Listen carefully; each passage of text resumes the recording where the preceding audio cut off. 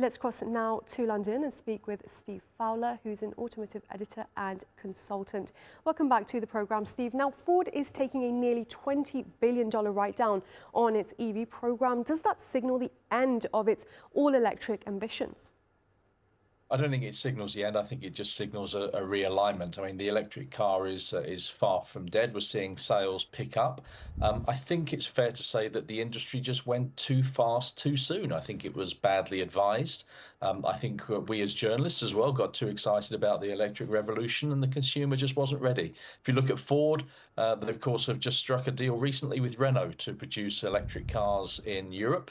To be sold as Fords in the same way that Volkswagen does the same thing for Ford with some of its models. So it's certainly not over for the electric car, particularly as far as Ford is concerned. Right, now with major target cuts and car makers like GM pivoting to hybrids, is this an indication that that 2030 timeline was merely a fantasy?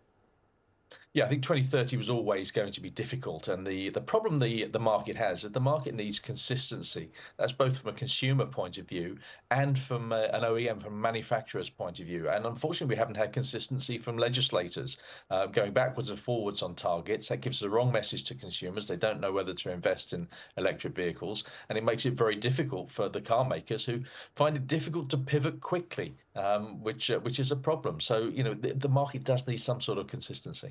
Right, and data shows that EVs are sitting in parking lots for 114 days before they're sold.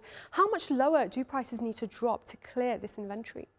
Yeah, you're absolutely right. It all comes down to price at the end of the day. And I think what there has to be is that parity between petrol cars or diesel cars and EVs. EVs are still seen as being too expensive. We've been tracking the prices. They have been coming down dramatically in the UK year on year, 9.4% lower. But that isn't enough for some people. It all comes down to price. The only way to make something more attractive is to lower the price. Right, and BYD has overtaken Tesla globally while the West retreats. Are we handing the future of the auto industry to China?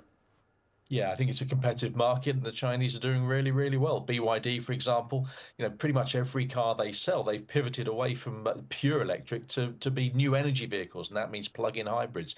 And the Chinese makers are able to do it much quicker. They're able to react to the market much quicker than the Western car makers, and they will thrive as a result of that. They can react quicker. People want to buy plug-in hybrids and hybrid cars, and the Chinese makers are able to deliver them much quicker. So the future is bright for BYD. It's really tough for some of the legacy car makers. All right, Steve Fowler in London, thank you very much for joining us here on TRT World.